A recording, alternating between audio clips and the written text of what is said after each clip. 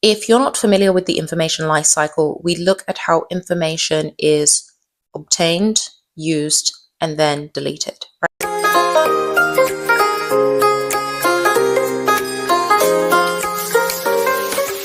Hello and welcome back to Privacy Professional Training. My name is Fumi Owolabi and I'm the founder. The purpose of my channel is to help individuals taking their privacy, security, and AI certifications. Today's video, we're going to be diving deep into the CISSP exam Domain 2.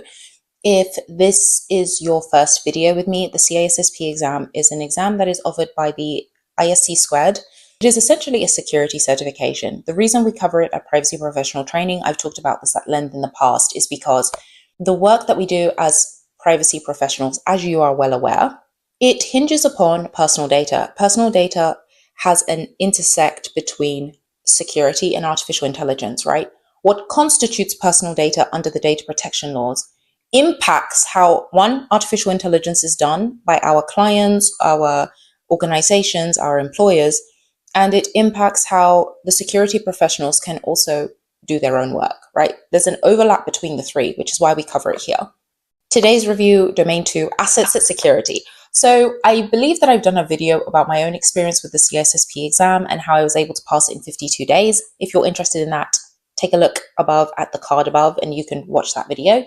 Asset security is incredibly valuable for us as privacy and security pros because the asset oftentimes holds on to the personal data that is used day to day by different individuals. I will give an example. An asset, right? Let's talk about Microsoft. I use Microsoft a lot because they have lots of different products and they have lots of different assets. The asset itself holds a lot of information. I'll talk about my own instance of Microsoft. I have Outlook, I have Word, Excel, all of them, the whole package. If I didn't have that asset, I would not be able to draft documents that contain personal data. I've done a video on my law firm site. You can take a look at that. I did a whole review breaking down the types of personal data elements that I process as a law firm owner. But for the purposes of today's video, I wanted to talk about how the asset is so valuable for me as a law firm owner. Let's talk about websites. We won't talk about my website, we'll talk about websites in general, to be able to help you understand why asset security is so valuable and how it impacts our work as privacy pros. Without a website, a business may not be able to obtain email address, name, and phone number for email marketing communication. The email marketing communication is a processing activity under data protection laws, but without our website and securing the data that we obtain in our email form, we're not going to be able to conduct our privacy activity. Okay, so let's talk about some of the concepts that we're going to see in Domain 2 for the CISSP exam. Let's talk about the information lifecycle. So if you're not familiar with the information lifecycle, we look at how information is obtained, used, and then deleted, right? That is an oversimplification of the lifecycle, but there's lots of different activities that happen during each of these phases, and let's go through them in depth. Let's talk about data acquisition. What are the ways in which data can be acquired, right? One of those examples could be purchasing data. It could also be first-party collection. And first-party collection, essentially, and a good example of that is that email marketing form, right?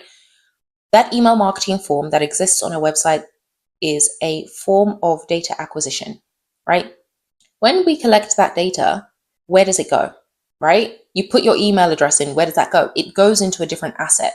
On the back end, the organization probably has some type of repository where they store that information, but the actual acquisition of it originated from that email form. We can purchase it, we can obtain it directly, we can obtain it through third parties that we work with. There's lots of different ways in which data acquisition can take place. That's the first part of this life cycle. Let's talk about usage. Data can be used in many different ways. Now, I'll talk about the overlap between privacy and security and how you as a privacy pro, if this is not your first privacy or security certification, you'll understand that the concept of processing comes into play when we use information.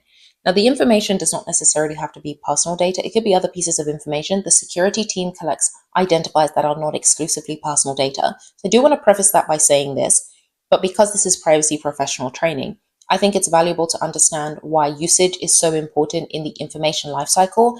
If we're going to be using information, whether it's storing it, collecting it, extracting it, etc., that forms part of the data lifecycle. And in order to use it, there is a security component or an asset that needs to be secure in order to use it effectively, right?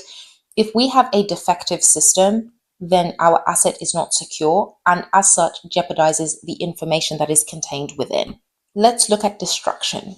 Destruction of data is going to be incredibly important from a security perspective because different types of assets have different ways in which destruction must be conducted for the destruction to be effective. Now, during your studies, you're going to look at different ways in which destruction is conducted. For example, degaussing. Degaussing could be one. Another form could be overwriting. That could be an effective way in which to destroy data or destroy information. There's lots of different ways in which destruction take place. It's going to be incredibly important during your studies to review what the appropriate form of destruction is per asset. Now, I've used the example of Microsoft a lot. There's other forms of repositories where data is stored, and understanding what the effective method for destruction is crucial. Some methods of destruction do not work on certain types of assets. Now, why is this part of the asset security domain?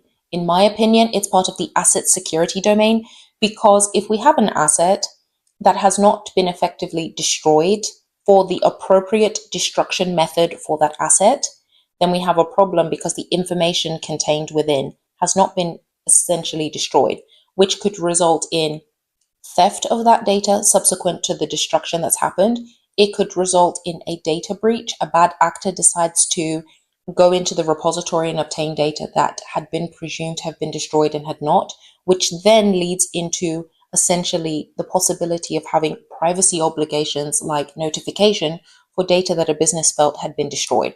So these concepts do lean into one another, but understanding the appropriate destruction method is crucial.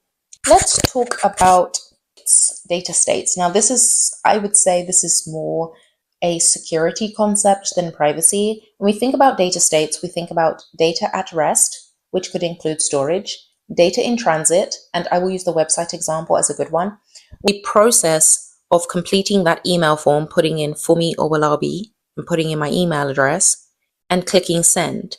The moment from clicking send to the data being stored in, for example, a Microsoft spreadsheet, as that data is being transferred, that is what we call data in transit, that transit period. From the website to the Microsoft repository, that would be in transit. The minute the data arrives in the Microsoft repository, it is now data at rest, right? It's not moving back to the website. It's just there for usage later, right? So we've got data at rest, data in transit, data in use. So maybe we're extracting certain identifiers. Hey, I want to know the first name, all the people that completed the email form on Organization X's website for 2026, give me the first name. We've extracted a particular type of identifier. The state is that data that exists in the Microsoft repository is now being used, right? It's not just being stored there indefinitely, it's now being used. Now, let's talk about how this applies to us as privacy pros. It applies because each of these data states may have an implication under data protection laws. For example, usage, right? If we're using data in a specific geography, there may be statute-based assessments that need to be completed. If data is being stored in a specific geography, there may need to be cross-border data transfers taken into consideration, right? And that's the relationship that has to go on between privacy and security. And again, affects asset security, as you can see in the CISSP exam. Let's go into a little bit of detail about data destruction, as I had mentioned at the beginning of this video. The appropriate method in which to destroy data. So let's talk about what some of the destruction methods are. Overwriting, which is a term that is used and understood in this exam, is where a process that writes zeros over a particular type of data. That's what overwriting constitutes. Degaussing, that I had mentioned before, is destroying magnetic data with a magnetic field. So not only do you need to understand that destruction is taking place, but you'll also need to be able to identify the appropriate destruction method, whether it is overwriting data or degaussing, which is destroying magnetic media using a magnetic field. And then physical destruction could include shredding or incineration. What is appropriate for the type of asset that a business is using? I really hope you enjoyed this review of some of the concepts and explanations for some of these key concepts you'll need to know for this particular domain, which is Domain 2, Asset Security for the CISSP exam. If you are interested in questions that are going to be able to test your knowledge and understanding of these concepts, I have a book available for sale on Amazon. You can take a look at the description below if you'd like to purchase it. If you enjoy this type of content to help you pass your privacy exams, subscribe to my channel, and I will see you in another one.